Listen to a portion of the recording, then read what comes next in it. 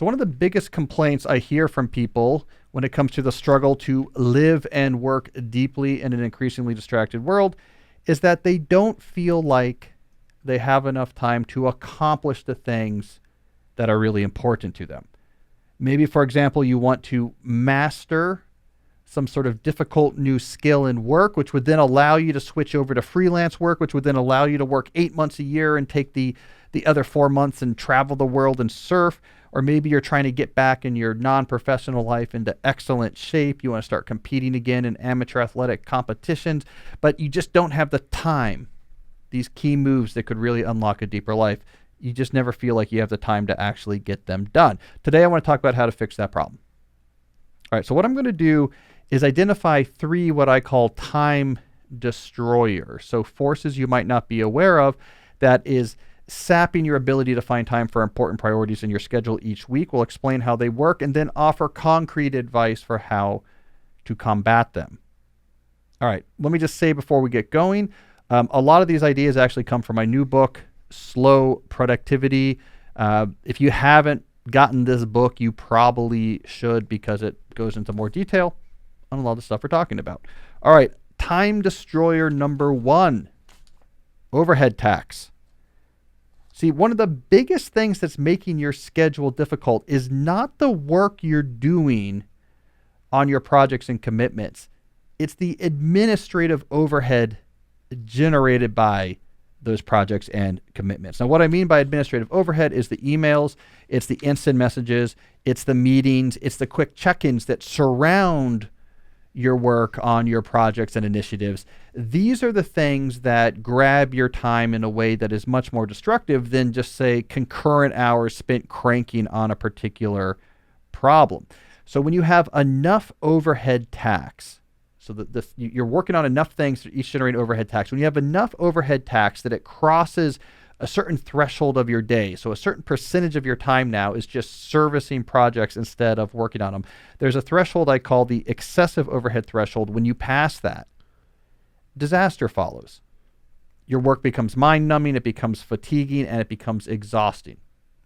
So if you have a sufficient amount of overhead tax in your day and you pass the excessive overhead threshold, it becomes very difficult to make progress on non-urgent but important priorities. All right, so we have to make sure that you do not cross the excessive overhead threshold. A lot of ideas about what you can do about this. I'll go through this really quickly. Number 1, say no to more things. Everything you say yes to brings with it some overhead tax. This aggregates. If you do not want this sum to get past that excessive threshold, you can't add as many things onto your plate. So you have to be more confident saying no to things. I think we often overestimate in our mind what's going to happen when we say no. We often, in our mind's eye, imagine that this colleague who just came to us to ask if we would jump on this committee or whatever had just spent the last 6 hours desperately thinking about it, desperately saying, like, what's going to happen? I hope Cal says yes. My whole life depends on this. That, like, when he left work for that work this morning, he said to his wife, like, wish me luck, or we really need Cal to say yes to this. That, like, on the way to work, everyone he saw was like, hey, good luck today getting Cal to say yes to this. So if you say no, it's going to be some disaster. The reality is he, like, remembered to ask you that 2 minutes before and will forget you said no 2 minutes after. So say no to more things. 2, have quotas. For certain types of work that's important that you do and it comes up again and again, have quotas. I do this, but I don't do more than this many. I speak, but I don't do more than 1 speaking event a month.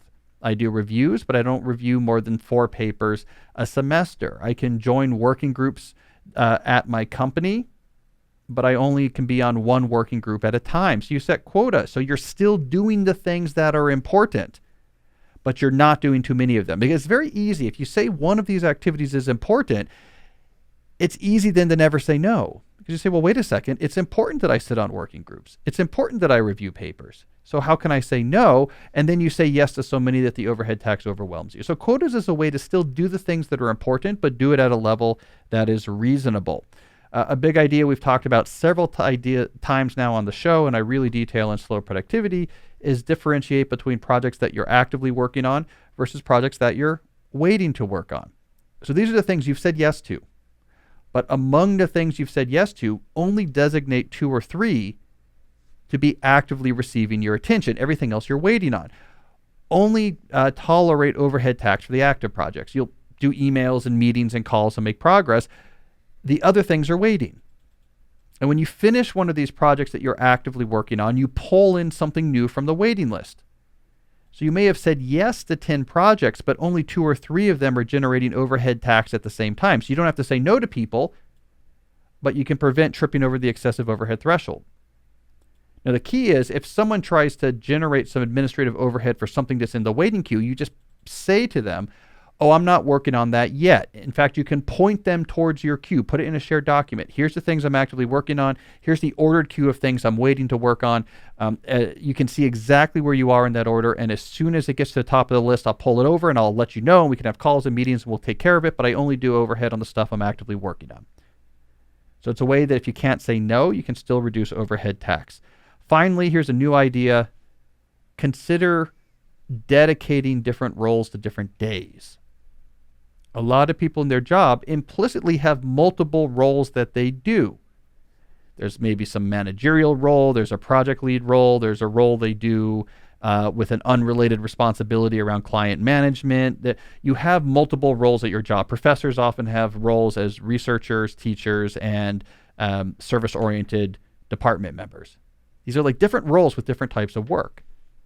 Consider dedicating different days to different roles.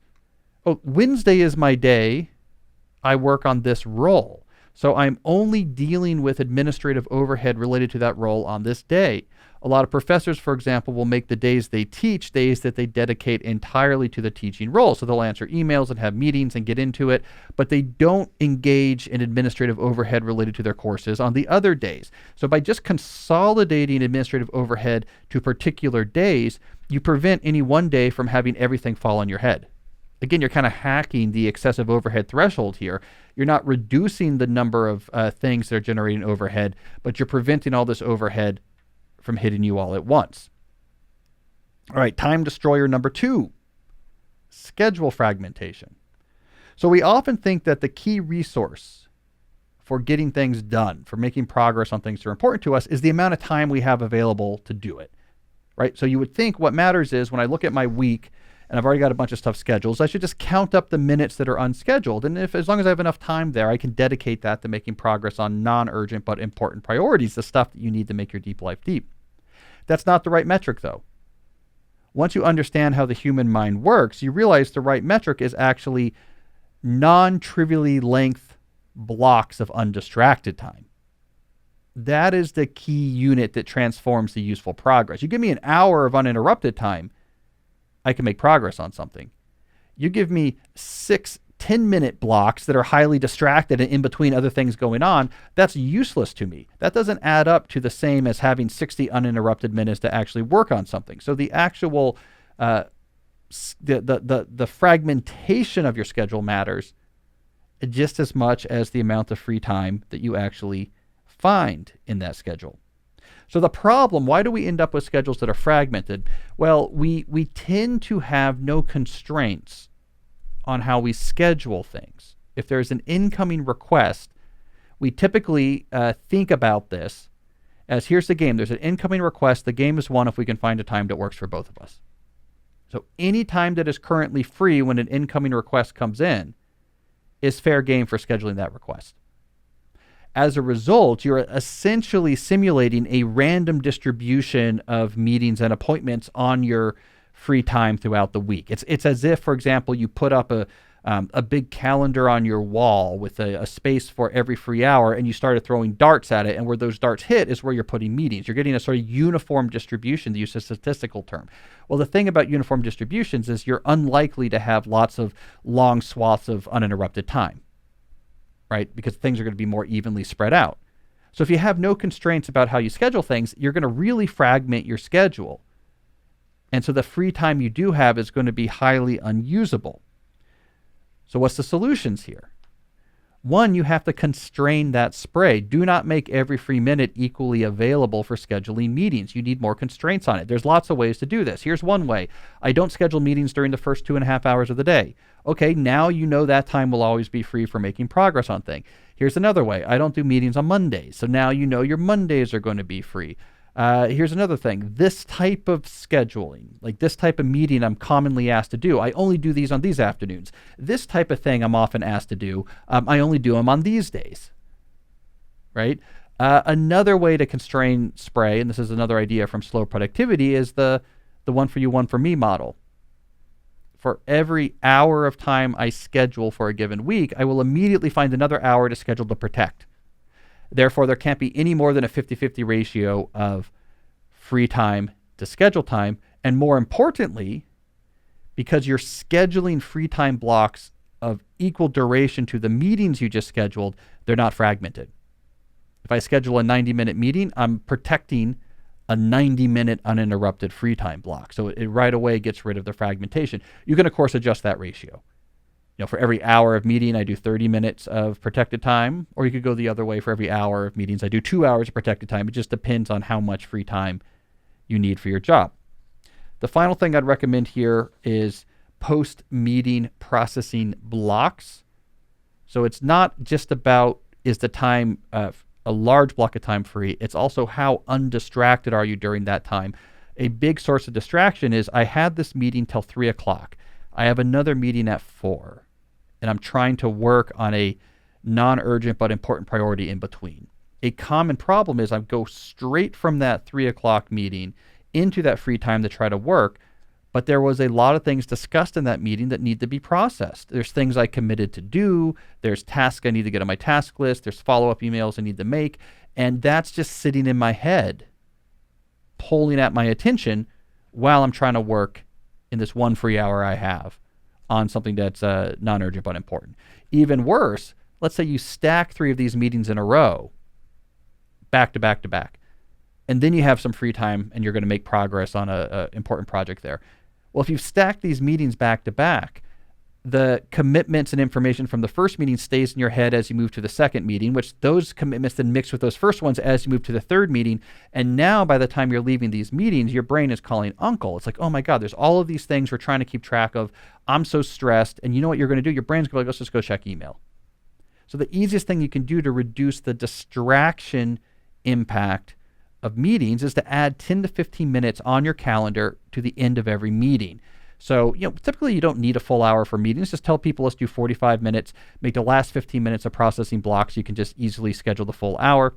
In the last 15 minutes, that processing block, take care of everything you just discussed. Any follow-up messaging you need to do it right then. Any tasks that need to get scheduled, put them into your task system. Any new deadlines this has generated, put them on your calendar. You want to close every open loop spawned by that meeting before that scheduled time is done. This greatly reduces the distraction impact of these meetings and allows you to make better use of the time that remains. Hey, it's Cal. I wanted to interrupt briefly to say that if you're enjoying this video, then you need to check out my new book, Slow Productivity, The Lost Art of Accomplishment Without Burnout.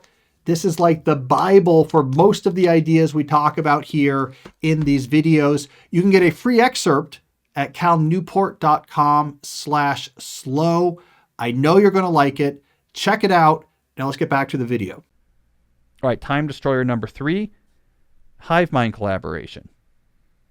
So one of the biggest generators of non-focus, so one of the biggest generators of distraction, is the need to keep checking in on ongoing conversations. That I have 5 different collaborative projects underway where we're trying to figure things out.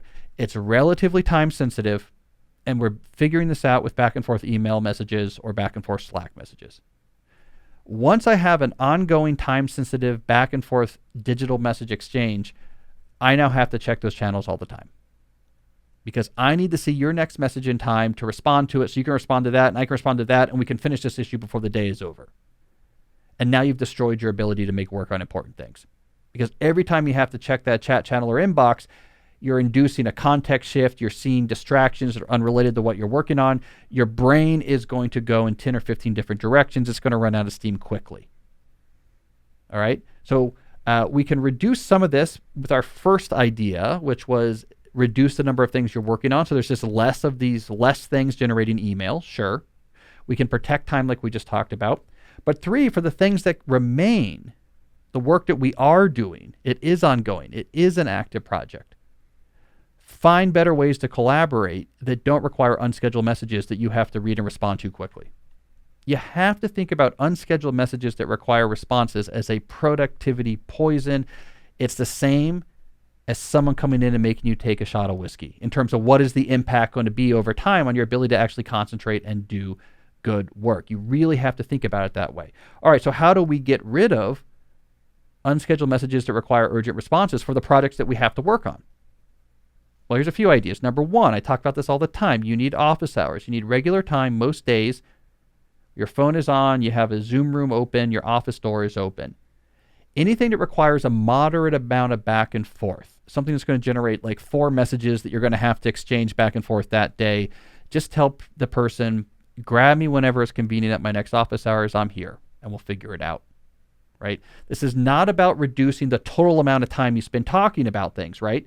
Because you have a whole hour, let's say, put aside for office hours, and you have, let's say, 4 conversations that are tackled in those office hours. The total amount of time it would have taken to maybe send emails back and forth for those 4 things might be like 10 minutes, but now you're putting aside a full hour. But that trade-off is absolutely worth it, because the cost is not how long does it take you to write the 4 email messages that was required to coordinate this without office hours. The real cost is the context shifts required surrounding those emails. The 25 times you had to check your inbox waiting for the message to come back. The 20 minutes it takes to get your concentration back after each of those checks. This adds up for much, much more time than just having a concentrated hour where you take care of a lot of back and forths all at once. If you work in a team, have docket clearing meetings 2 or 3 times a week, 30 to 45 minutes. The whole team comes together. You say, we have this shared document, which since the last meeting, when anything came up that was relevant to this team, questions, who's working on this, oh my God, I'm worried about this, hey, a client wrote about this, what are we going to do? You add it to the shared document that I call a docket. At the docket clearing meeting, boom, boom, boom, boom, boom. You just go through this document, everything. Can we handle it right now? Let's do it. Can we ignore this? Let's ignore this. Does someone need to take this? All right, put it on your task list right now. Done. You go through until that docket is clear and then the meeting's over. This is not a generic standing meeting. This is not a generic check-in meeting. This is not of like, hey, how's everyone's kids doing? Let's like drink some coffee. It's let's clear this docket as fast as possible. This now allows you, everything that you put onto that docket and handle in a docket clearing meeting would have otherwise generated a non-trivial number of these unscheduled back and forth messages that require responses. So again, we're squashing that productivity poison. Finally, this is an idea that goes all the way back to my book, Deep Work. Process-centric emailing, right? When you have something you need to do with someone else, you need something from someone else. The temptation in the moment is, what's the quickest thing I can do right now to get this off my plate? And that's typically writing like a pretty vague, fast email that, yes, in the moment temporarily takes that off your plate, but does not solve the problem. Like there's a report that you need to submit to a client. You're going to need to get some feedback from someone else. In the moment, you're like, I have so many things I'm doing. I want to get this off my plate. You might just be like, hey, can you help give me feedback on this send? Well, there's a lot more emails to come, right? And they'll be like, well, yeah, what do you need? And you're like, okay, well, what do you think about this? And they won't write back. And like, hey, what's going on with this? And they're like, here's some thoughts. Like, what about over here? We're now like 10 or 15 emails back and forth, but this thing has to go out by Friday and it's Monday. So you're going to have to like check your inbox pretty furiously to make sure it gets done. The alternative is process-centric emailing. Take a beat and say, I'm going to figure out how we should collaborate on this. And I am going to describe in my initial email to you, this is how we are going to collaborate on this. And it's going to be a process that I'm going to design to try to minimize unscheduled messages. Takes more time to write and send that message, but you might save yourself 50 to 60 inbox checks down the line because of it, which is a huge cognitive burden. So like, let's go back to this report example. A process-centric email might be like, okay, here's what's going on. There's this report. I got to get to the client. I got to get to it by Friday. There's these sections that I don't know all the details, so I'm going to need your help on this. Here's what we're going to do. I'm going to write a draft of this report, and I will email you this draft report by Tuesday, close of business. I have time on my calendar where I'm going to write it. You don't need to reply to the email. You'll just have it by Tuesday, close of business. Go through and here are the type of edits I'm looking for, X, Y, and Z. Okay? For this type of edit, here's what I need from you. the replacement numbers. For this type of edit, what I need from you is like a definitive word. Don't cut this, don't put this in. And finally, I need whatever. If I'm missing a key point that you know about, I need you to just add that text directly to the document, okay? Work on this Wednesday, work on this Thursday.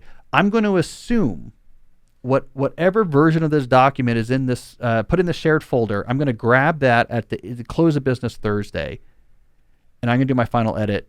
I'll polish and submit, okay? That's the plan. I think this will work well. I've spelled this out step by step with bold headers. If there's anything, like if there's something about this not going to work or whatever, just give me a call. Boom, send. So now you have specified a process by which you're going to get the information you need, the coordination of like when this is ready, when people are going to get it. This is all just worked out with timelines and schedules, so there's no actual messaging that has to be done. And you are now going to get from here to that report being submitted without having to receive a single message. This process is now going to generate 0 inbox checks, except for you're sending the file to the other person in this case. That's process-centric emailing. And the key is make it easier to just run with the project than it is for them to change it. So that's why you give a higher friction release valve. Like, well, you can call me. Or call me during these times if you need to change things. And most people will be like, oh, no, okay, shoot. What do I have to do? All right, fine, let me just do that. Right? Process-centric emailing. Again, we often count the wrong things. We count the time required to write that message and say, I don't want to spend that time, but we don't count the massive cost of having to check our inbox 15 times for an ongoing conversation that will happen if we don't write that message. So we have to think about unscheduled messages that require responses as a productivity poison. All right, so here's how you get your time back. Let's just summarize these real quick.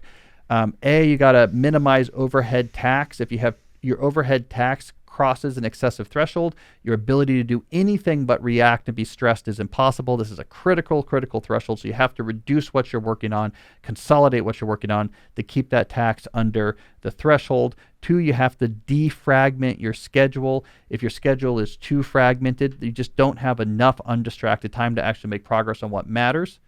So you have to start protecting time, and we talked about a lot of different strategies for doing that. And you got to clean up time by doing things like post-meeting processing. And finally, you have to resist the hyperactive hive mind style of collaboration. Ad hoc, back and forth, unscheduled messaging is a terrible way to coordinate or collaborate. You want to avoid that like poison. So office hours, doc clearing meeting, process-centric emails. You should be willing to do almost anything. Maybe I have to walk across fire and fight an alligator. If that's what I have to do to prevent this from having to just be emails back and forth all day, you should seriously consider doing that.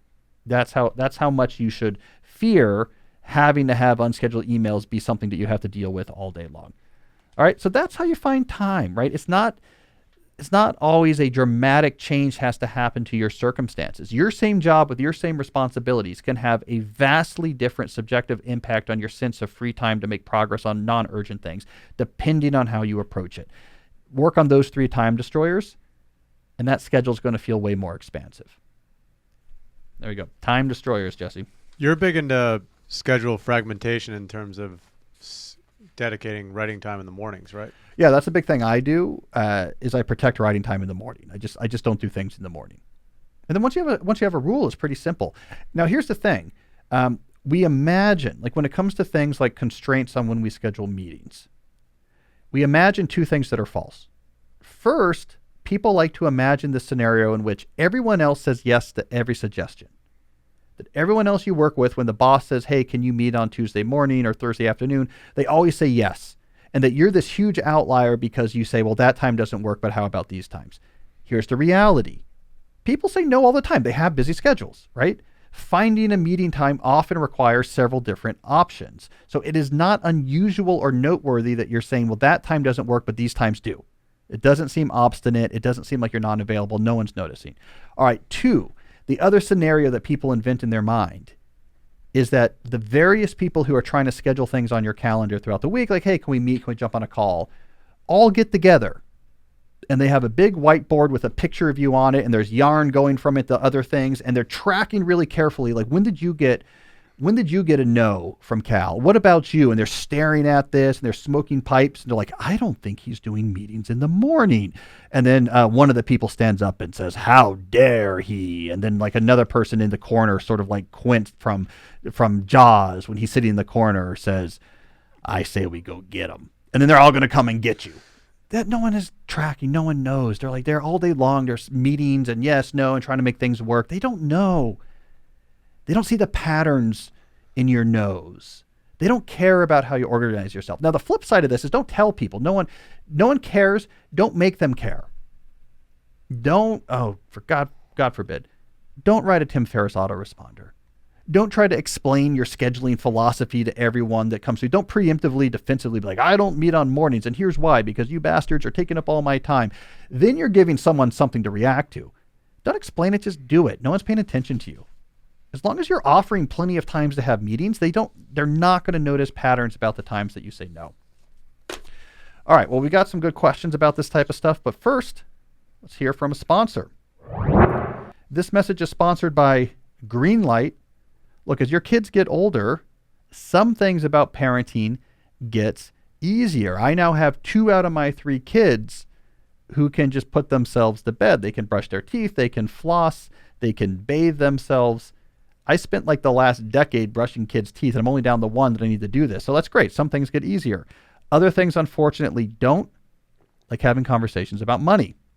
The fact is, kids won't really know how to manage their money until they're actually in charge of it. This is where Greenlight can help. Greenlight is a debit card and money app made for families. Parents can send money to their kids and keep an eye on kids' spending and saving, while kids and teens build money confidence and lifelong literacy skills. With the Greenlight app, your kids can learn how to save, how to invest, and how to spend wisely. They even have games that can teach money skills in a fun and accessible way. They just added a chores feature that you can set up with one-time or recurring chores customized to your family's need and reward kids with an allowance for a job well done. We use Greenlight. So my 11-year-old, soon to turn 12, and my 9-year-old they use Greenlight. We use the app with them. They have a Greenlight debit card. My 6-year-old does not. It's been fantastic because now instead of just us spending on their behalf and be like, this is coming out of some metaphorical allowance, they have an account. They can ask us how much money do I have right now in my Greenlight setup. More importantly, they can go and use their Greenlight card. So let me give you a very concrete scenario. Yesterday, one of my kids was home sick, and I'm putting furious quotation marks because it became clear like 30 minutes into the morning, he wasn't really that sick, right? So he was bored. But he also wanted to buy Magic the Gathering cards. So my wife and I began giving him chores, right? He cleaned out our car. He reorganized the bookshelves. And we added money to his Greenlight setup for the chores he did. And then at the end of the day, him and his brothers walked to the toy store in town here in Tacoma Park. And they used their card on their own and they bought Magic cards or whatever. So it's great. Like they can see how much money they have. They can go to stores on their own and spend it so that it's tangible to them. They see the amount go down after it. They have more of an appreciation for money. Anyways, I'm a big Greenlight fan, and I'm not the only one. Millions of parents and kids are learning about money on Greenlight. It's the easy, convenient way for parents to raise financially smart kids and families to navigate life together. Sign up for Greenlight today and get your first month free when you go to greenlight.com/deep. That's greenlight.com/deep to try Greenlight for free. Greenlight.com/deep. Also want to talk about our longtime friends at ExpressVPN. Going online without ExpressVPN is like forgetting to mute yourself on a Zoom meeting.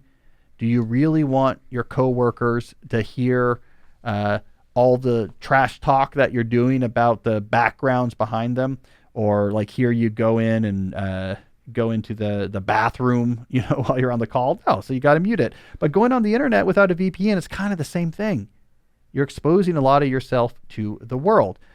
Here's how it works. With a VPN, instead of having your traffic just go into the world where people can see it, people can sniff your packets out of the air if you're wireless, or your internet service provider can see what you're connecting to if you're private.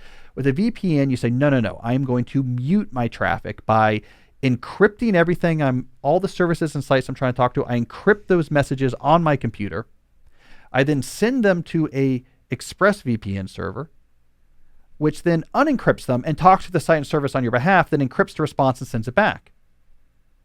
So what are the people who are near you, the people who can listen to your wireless connection or your internet service provider that all your traffic goes through? All they know is you're talking to a VPN server. They have no idea what site you're talking to. They have no idea what service you are using. You gain back your privacy. Now, if you're going to use a VPN, use ExpressVPN. It's the one I trust. It's easy. Once you can set up on any of your devices, you just turn it on and just use all your apps and web browsers like normal. It's just happening seamlessly in the background.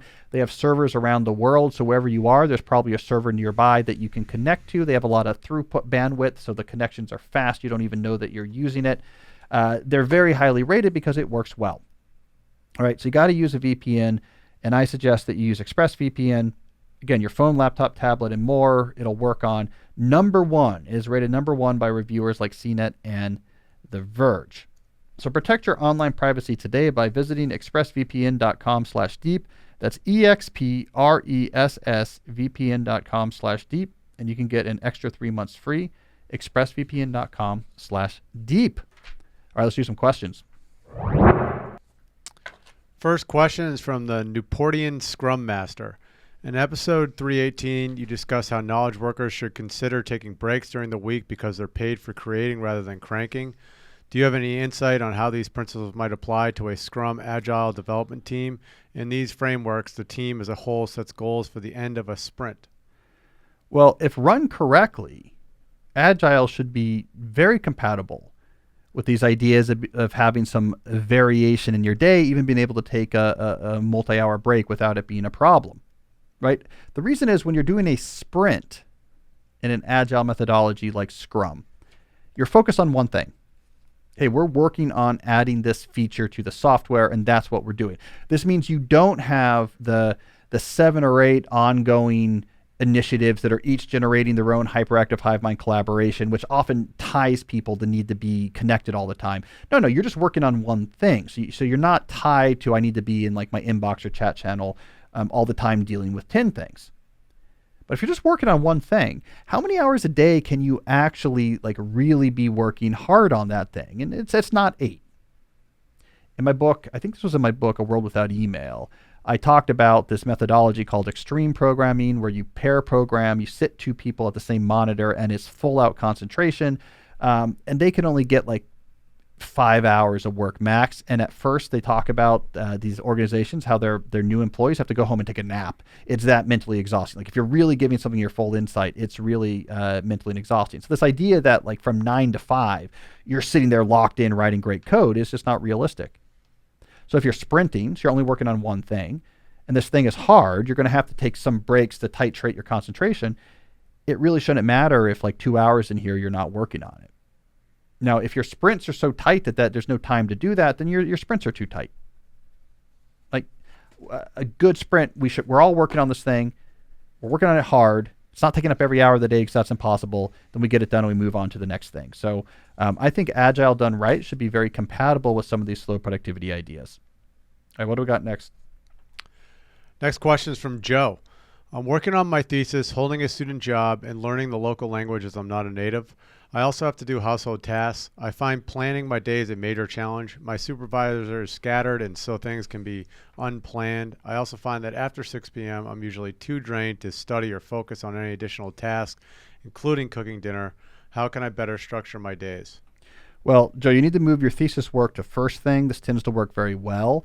Do 2 to 3 hours first thing. This might have to be early if you have a student job that starts somewhat in the morning, but just 2 to 3 hours every day. You want the compound interest of persistent effort is what you're looking for here. You want to avoid the typical sort of pre-graduate student mentality of work is something that happens in big inspired bursts at night. Like, that's not going to work. You're not an undergraduate anymore. So 3 hours first thing in the morning, even if this means you have to, do 6:30 to 9:30 a.m. All right.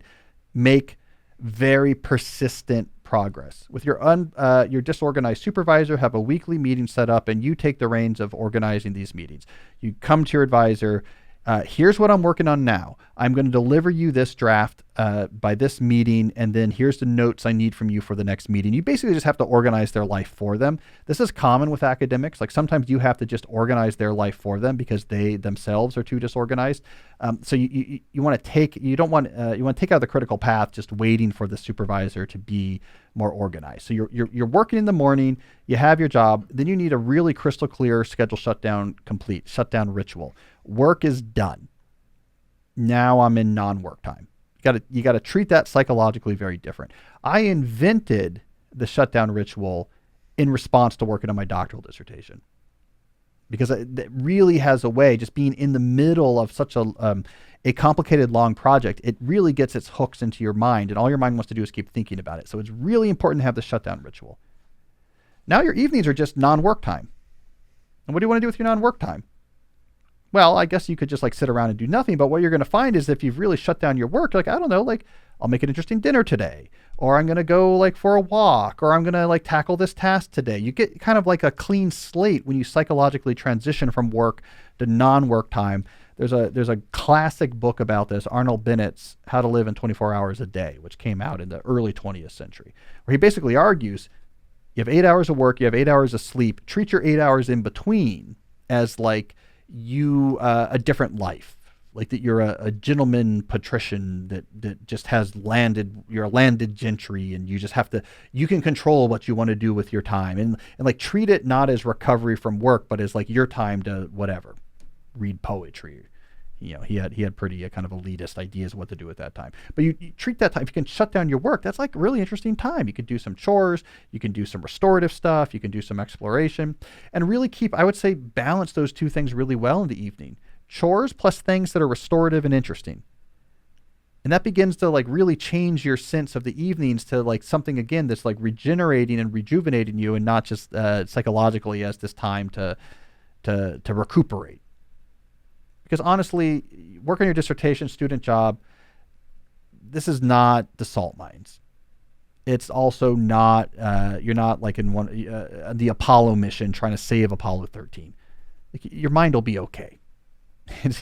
You're not exhausted beyond all repair if you do that. The final thing I want to warn you against is do not descend down the rabbit hole of what I call the dissertation hell mindset.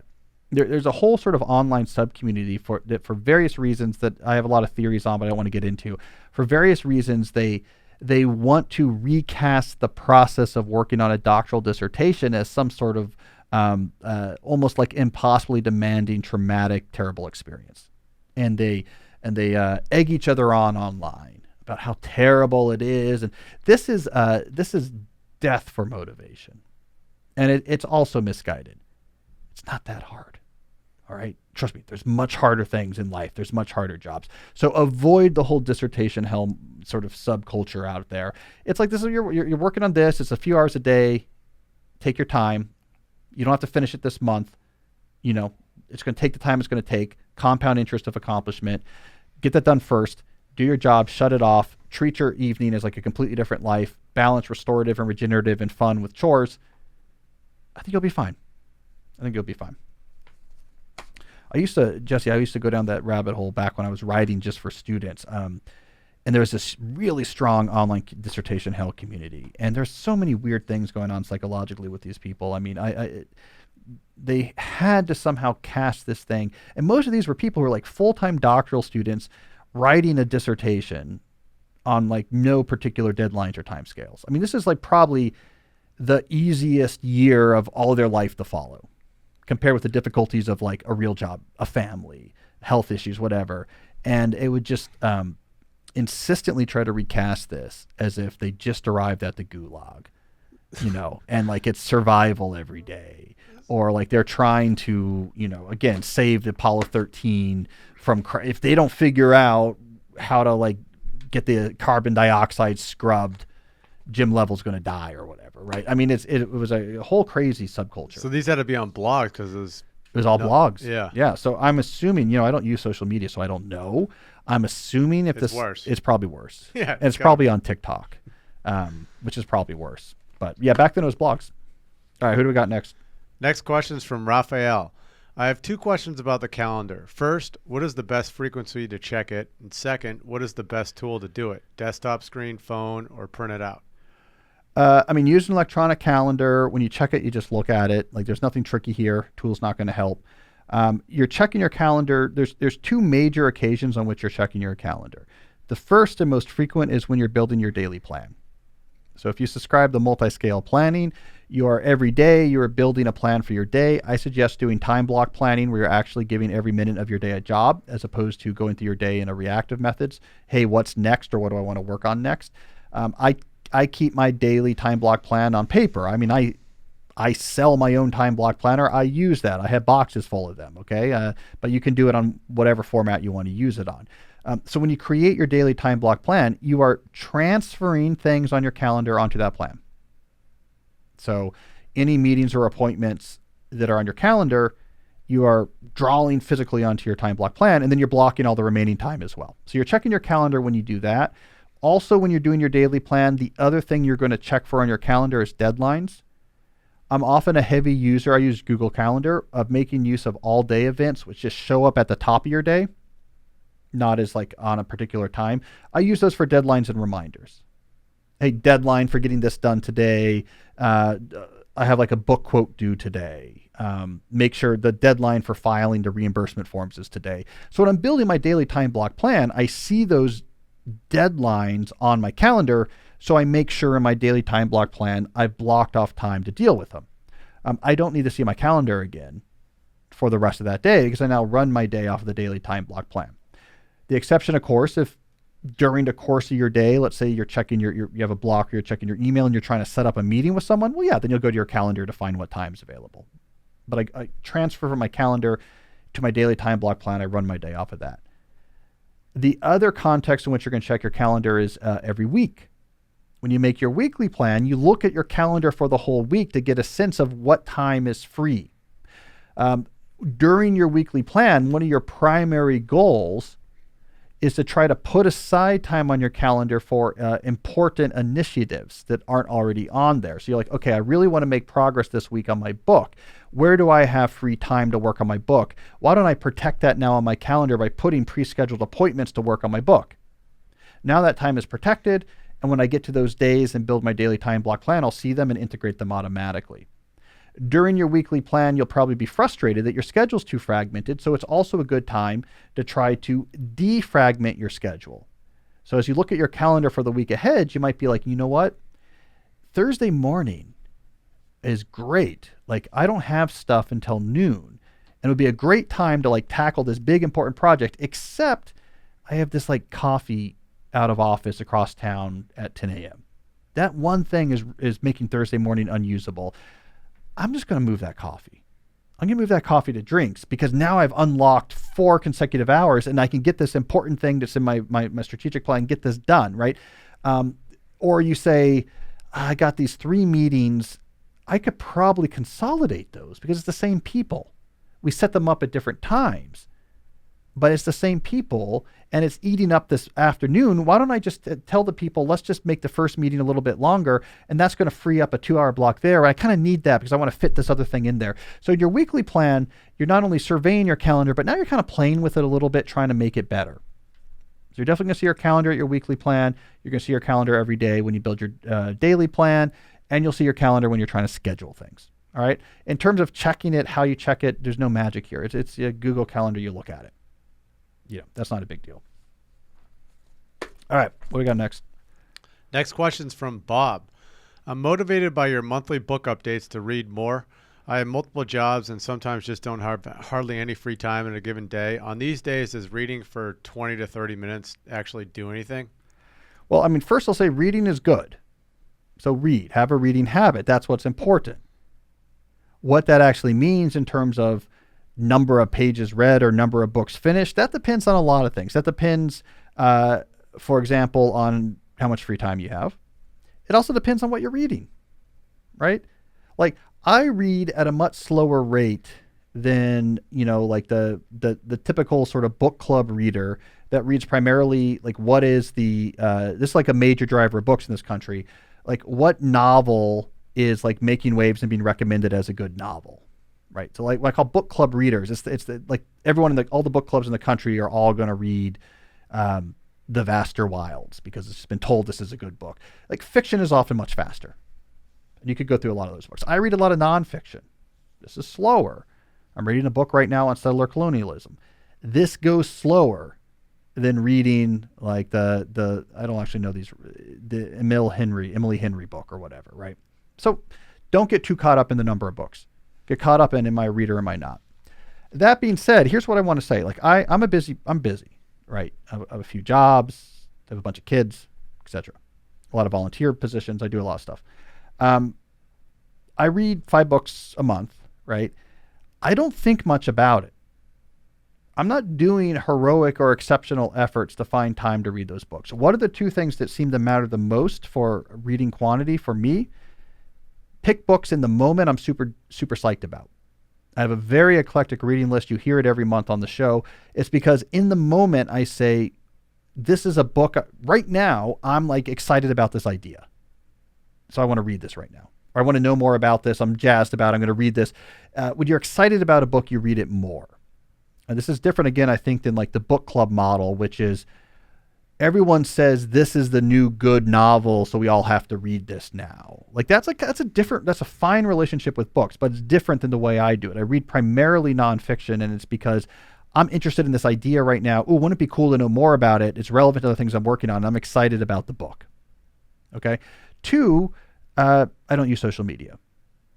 Right? I know that sounds like it really shouldn't be related, but people vastly underestimate the amount of time that is free that gets devoured trying to help the valuation of Mark Zuckerberg's stock holdings. People underestimate how much time gets eaten up by that. When your default for boredom is like, let me see what's on this screen, and it's hyper palatable, that eats up all the book time. I don't entertain myself that much on my phone. I mean, I punish myself with my phone, at least in recent days, because I follow the Washington Nationals losing 4 games in a row, and it makes me want to throw my phone out a window. I don't know why I punish myself that way. All right, guys, hit a ball.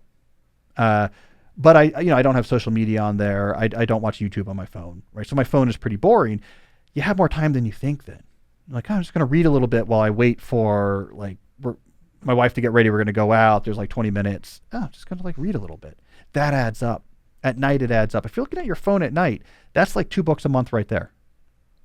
So read stuff that you're psyched about, not that like people say you're supposed to read. And don't use your phone for entertainment. Like you'd be surprised. You might get a lot more reading out of your time.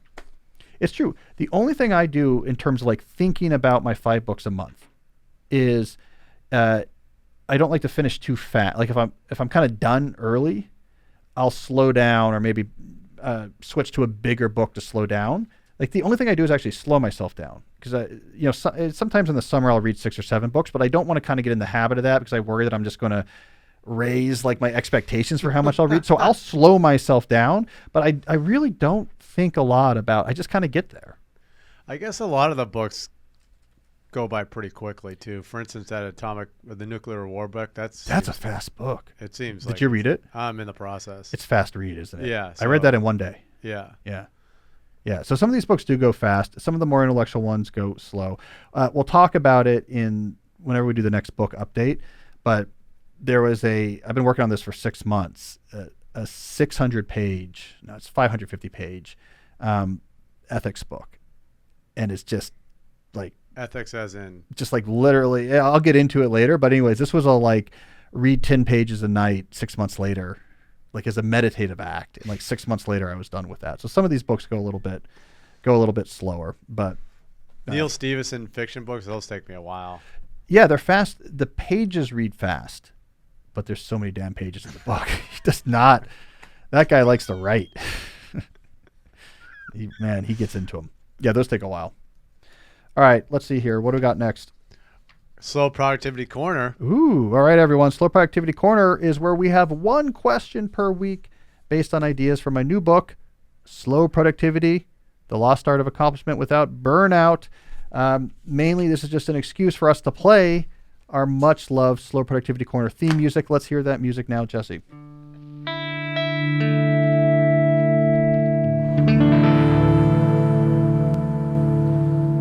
right, who do we have today? I got to talk in my slow productivity voice after the theme music. Who do we have today, Jesse? All right, questions from Krishna. As a creative, I really embrace the principle of working at a natural pace from slow productivity, but I'm afraid that's keeping me from pushing a little harder on getting things done. How can I find the uncomfortable but not drained out spot? All right, well, Krishna, you got to keep reading, right? Because what are the three principles in slow productivity, and what's the order in which they're presented? Principle number 1, do fewer things. Okay, so yeah, this is about reducing overhead tax. Less concurrent projects means less distraction. You can do more quality work. What's principle number 2 in the book? Work at a natural pace, which you mentioned here. Like, okay, stretch out how long your expectations for how long things take. Be comfortable with variations in intensity on different time scales. Busy days, less busy days, busy seasons versus less busy seasons. Kind of slow down, give things the time they require. Don't try to be pegged at 10, 8 hours a day, 5 days a week. If you stop there, as you note here, you could feel like you are actually going to be reducing your production. Like, if you stop here, the relationship you're going to develop with work feels sort of antagonistic. It's something to reduce. It's something to slow down. You'll be focused on the negative aspects of work. Now, you need to do these things because otherwise you're going to burn out. But if you stop there, you're going to grow to have this antagonistic relationship with work, which you're very, I think, sagely concerned about in this question. And where does this end? Well, you're going to end up like one of these substackers who, after a while, you're just convinced that like any boss in the world is, secretly some sort of like Orwellian Hitler, and we all have to just fume until we can overthrow capitalism. You don't end up in good places. So if you keep reading, you get to the solution to this problem, which is principle number 3, which is obsess over quality. And I say in the book, this principle, obsess over quality, is what makes the other two work. It's what prevents you from falling into a dead-end psychological cul-de-sac of bitterness. It's what prevents you from seeing work as this sort of amorphous, antagonistic force against which you're constantly fighting. It's also what's going to make you much more successful at implementing the ideas from the first two. So when you obsess over quality, the busyness that you're reducing with principle 1 self-evidently needs to be reduced because it's getting in the way of you killing it. You have like this awesome stuff you're trying to produce. The busyness is getting in your way. I'm reducing busyness so I can be better. That's different than I'm reducing busyness because my boss is an Orwellian Hitler. Principle number 2, okay, working at a natural pace. When you're obsessing over quality, that becomes self-evident. You say, yeah, what matters is I'm trying to produce something awesome. I need to give that the time it deserves. And it doesn't matter if I'm super busy 8 hours a day. Performing busyness is unrelated to whether I really do this thing really well. And I need to be sustainable in my efforts here because it's going to be a long haul to really become a master at what I'm doing. So yeah, of course I'm going to kind of take breaks. It becomes self-evident. You're working at a natural pace, not because there's a mustache twisting sort of like Henry Ford character that's like forcing you and you're trying to fight back against it, but because this is going to make it easier for you over time to produce stuff you really care about. And finally, when you obsess over quality, your work becomes more meaningful. Humans love mastery. It's one of the key components of Ryan and Decke's self-determination theory. Humans need mastery. It makes humans motivated. It makes humans happier. So your work itself is going to become more meaningful. At the same time, as you produce things that are better and better, you gain more autonomy over your career, which means it's easier to work on fewer things because you have leverage. It's easier to work at a natural pace, to have busy seasons, less busy seasons, because you're really good at what you do and you have leverage. So it's the engine, it's the glue, it's the connecting fibers to the slow productivity mindset. What makes it sustainable, what makes it possible, what makes it actually succeed over time is if you obsess over the quality of what you do best. So if you get to that chapter, I think you're concerned about, like, am I just taking my foot off the accelerator? Is this going to make me like worse at my job? Those concerns should vanish. I thought about putting that principle first because it's so important, but I think I needed to get at the things. I need to get at the slowing down ideas first before getting to like to do this sustainably and to succeed in doing these ideas. You need to do this other piece. I think if I started with the obsess over quality, it would take too long before we got to the actual slowing down. But the flip side of that is you really got to make it through the whole book before the whole thing makes sense. So once you get to principle 3, principles 1 and 2 become much more effective. I think that deserves, Jesse, hearing the theme music one more time.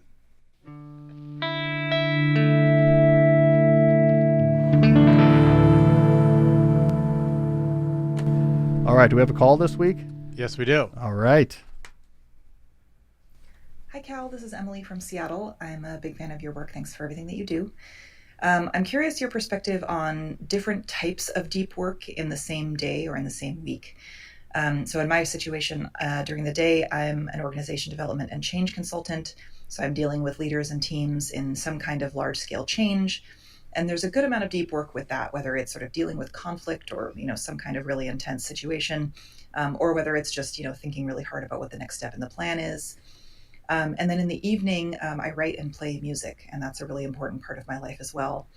And in my experience, some days I'm able to do a really nice shutdown routine from my day job and, maybe eat something or do a little bit of exercise and then get straight into the creative work. And I can do a good amount of deep work there as well. But other days, I just feel like I've done so much of my day job. By the time I'm finished and do a shutdown routine, I'm just exhausted and I don't have any capacity for that music. And I try to balance it and kind of give myself, permission and space to, take a break if I need it. But I'm curious your perspective on, our capacity, I guess, as humans to manage certain amounts of deep work. And because they're very different types of deep work, if you have any tips or, things that might help me to make time and space for both of them. Thanks so much.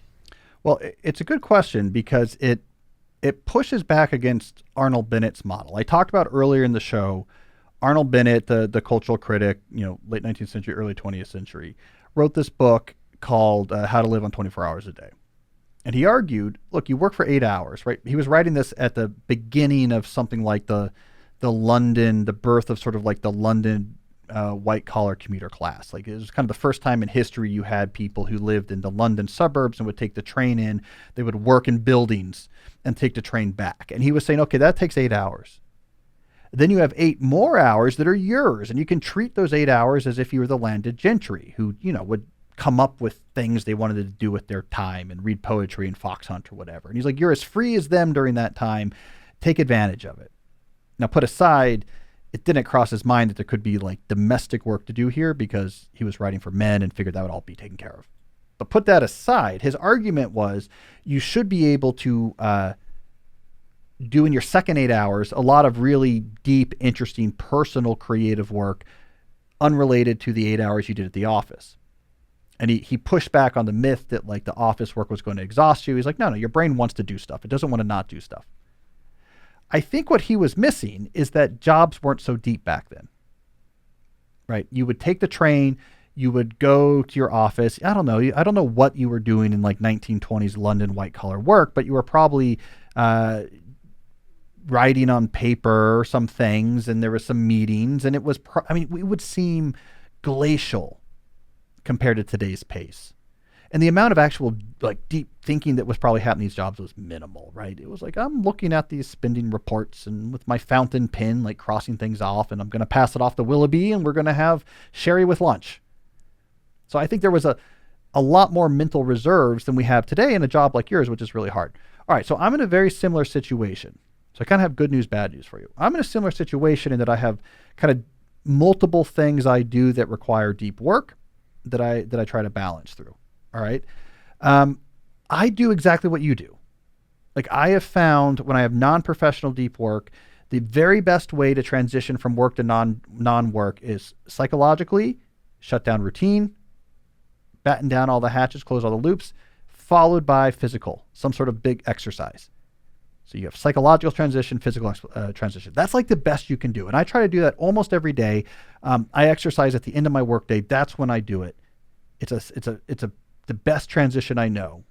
I clear the chemicals out of my body. I re-energize my body. I change my mindset. It's a transition type of ceremony. It works fantastic after doing a really clear shutdown routine. So I do the exact same thing you do. Here's the bad news. I also have the same issue where sometimes I just don't have it. And I just need to take the foot off the accelerator for the evening. So again, you said like, that's just okay. I want to reiterate, that's just okay. My theory is often what's going on here is not cognitive fatigue. I mean, often what it really is there's, you have I think there's like sicknesses. Your body is always kind of fighting stuff off and it's kind of successful, but like some days it's less successful, or your sleep wasn't great. Like often I think if you do the right routine and you don't have the energy for the music, it's not because it was like extra hard deep work at work, but like these other things were going on as well. If I have like what feels like too much deep work during the day, what's really happening, what's really affecting my evening is that I couldn't get my arm around enough of the shallow work because of that.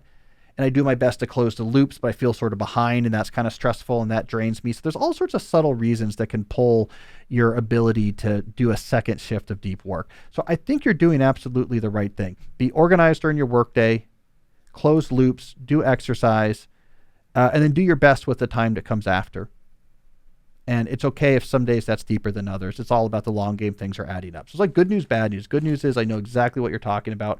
Bad news is I don't necessarily have a magical answer. All right. We have a case study here.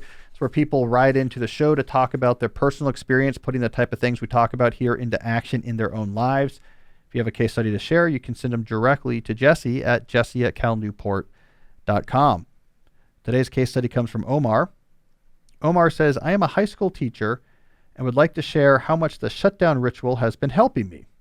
This is relevant to our call. I usually time block my days and already know what to work on during the time I am not teaching. During the day, I collect tasks or ideas in Cal's time block planner or on my working memory.txt file. I actually use Apple Notes Quick Note so that I can quickly jot down notes on my computer and get it out of my way. Every day I protect 15 minutes at the end of the day to do a shutdown ritual. I cannot express how many times my brain is trying to tell me to keep working at home or that I should start planning for the next day's lessons. By shutting down, I know I have everything under control, and it gives me a huge sense of relief. I know all my tasks on Trello are accounted for, know if I have anything urgent come up, and know exactly how much time I have in the week to prepare lessons. It has helped me immensely to be able to enjoy my evenings better. Omar, I appreciate that case study. Shutdown rituals make a difference. It is exhausting to have work in the back of your head while you're trying to do other things. And do not overestimate how exhausting that is. To really close all the open loops, to trust there's nothing you're keeping track of only in your head, and that your plan for the rest of the week will work and it's written down and you'll get back to it in the morning, and to be able to say shutdown complete or check that shutdown complete checkbox in my time block planner, it makes a huge psychological difference. I absolutely swear by it, right? So this is a great case study. Shutdown rituals matter. My new thing is what we just talked about on the call is, if possible, add a physical element to it as well, so that the shutdown routine gives you first a psychological cleansing, and then you can get a physical chemical cleansing by going for a run, working out at the home gym, working out at the gym near your office before you come home, even just going for a long walk, like right when you get home. Give yourself that physical cleansing as well, and then you're really ready as much as you can be for the evening. All right, we have a final segment coming up here. I want to react to something I found on the internet this week. But first, let's hear from another sponsor. I want to talk in particular about our friends at Shopify. Look, if you are selling things online or in a store, the technology used to do these sales absolutely matters. This is where Shopify is so important. Nobody does selling better than Shopify. It's the number one checkout on the planet. Let's think about businesses you may have heard of that use it. Cotopaxi, they use it. Feastables, they use it. Thrive Cosmetics, they use it. Like, these are major brands, but you know who else uses it? Like really small businesses, big businesses, medium-sized businesses. I came across it just the other day. I was ordering, because I guess I need to own this. I finally bought my own set of academic regalia, the things you wear. I have to go to Fall Convocation this year. The site I ordered it from used Shopify. It's such an easy checkout experience. I recognized it right away. So Shopify is what you should be using if you are selling something. They have their Shop Pay feature boost conversions by up to 50% because it makes it so easy for people to check out. The information is remembered across sites. It's fantastic. That means way less carts go abandoned and you make more sales. So if you're growing into your business or your commerce platform better be ready to sell wherever your customers are scrolling or strolling on the web, in your store, in their feed, and everywhere in between. I just made that up off the fly there. I like it. Yeah, I just rhyme. I'm quite good at just kind of coming up with these type of things. Businesses that sell more sell on Shopify. So upgrade your business and get the same checkout that all of these other big brands as well as small brands use. Sign up for your $1 per month trial period at shopify.com/deep, but you have to type that in all lowercase for it to work and for you to get the deal. So go to shopify.com/deep to upgrade your selling today. Shopify.com/deep. Let's also talk about our friends at Element. I'm a big fan of Element's zero sugar electrolyte mix. You just add the water. It gives you the stuff you need, especially after you've been dehydrated through like sweating or speaking a lot, without the junk, without the sugar, without all the weird additives. This is true, Jesse, yesterday used my last Element packet, and when I went down to the basement to get the new box, realized I'd used my last box. So I have just ordered, the day I'm doing this ad read, had to order more Element because I use it after my workouts. I use it after days where I'm giving a lot of speeches or doing a lot of podcasting. And I do it in the morning if I'm particularly like not dehydrated, not feeling well. I throw in, my Element electrolyte mix. I really do use it. I really do swear by it. They have this new product coming out, which I'm excited about, Element Sparkling, which now allows you to get that same electrolyte experience, but in a bottle, already bottled for you in a can. With each can, you can take a sip against sugar and stimulant-loaded drinks and turn the tide towards health. Element Sparkling right now is only available to Element Insiders. So you can find out if you're an Element Insider at their website, drinkelement.com, but it will be launching more broadly soon. So get your free sample pack. You'll get a free sample pack with any drink mix purchase if you go to drinkelement.com/deep. That's drinkelement, LMNT.com/drink. And if you're an Element Insider, you'll have first access to Element Sparkling, a bold 16-ounce can of sparkling electrolyte water. Get your free sample pack with any drink mix purchase at drinkelement, LMNT.com/deep. All right, Jesse, let's do our final segment. All right, this is where I like to react to things that readers send to us. This article came into my interesting@calnewport.com email address where people send me things they think I'll find interesting. I brought it up on the screen here if you're watching instead of listening. So this is a message from Amazon CEO Andy Jassy that was being sent to all Amazon employees. This was on September 16th that they sent it. All right, so this is a look inside the CEO of Amazon talking about what's going well, what they need to work on. There was a single idea in here that I wanted to highlight. So a big thing he's worried about, if you read this, is that as Amazon grows, there's more managers. And there's more managers and more layers. And this can kind of get in the way of actually taking action. And so what they want to do is they're actually cutting back on managers. They're trying to reflatten things so there's less hoops you have to jump through to get approval for things or to actually take action on things. One of the things he's doing, I'm going to read this now, I want to highlight to help support this effort of making the company more agile. All right, so here's him writing. By the way, I've created a bureaucracy mailbox for any examples that any of you see where we might have bureaucracy or unnecessary processes that's crept in and that we can root out. All right, so it's like very easy to report. It's like a tip line. See something, say something, but about like unnecessary process or bureaucracy so they can be more relentless about getting rid of it. I like this idea for the following general reason, and then I'm going to give a specific variation on it. The general idea I like here is knowledge work organizations in particular have lots of implicit processes by which work unfolds. But I say implicit because they're not written down anywhere. They're not named. They're not discussed. Like the hyperactive hive mind workflow model where we work out through ad hoc back and forth messaging. That's a choice. but it's not really named and discussed. It's just implicit that this is how we do it. Informal personalized workload management. Just ask people what you need when you need it. It's up to them to push back when they finally feel like they have too much work, and they just have to kind of do that. Forget all the sort of interpersonal dynamics or asymmetric power dynamics there. It's just everyone should manage their own workload. So you just ask what you need from people. Your workload is your business. It's up to you to say no to people if you don't want more work. That's another process that's implicit, but it's something that we do. So anything that tries to bring more transparency and scrutiny to process, I think, is important.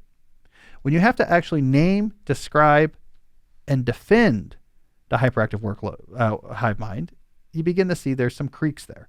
When you have to actually name and define and defend personalized workload management, you begin to say, you know what, maybe there's better ways to do this.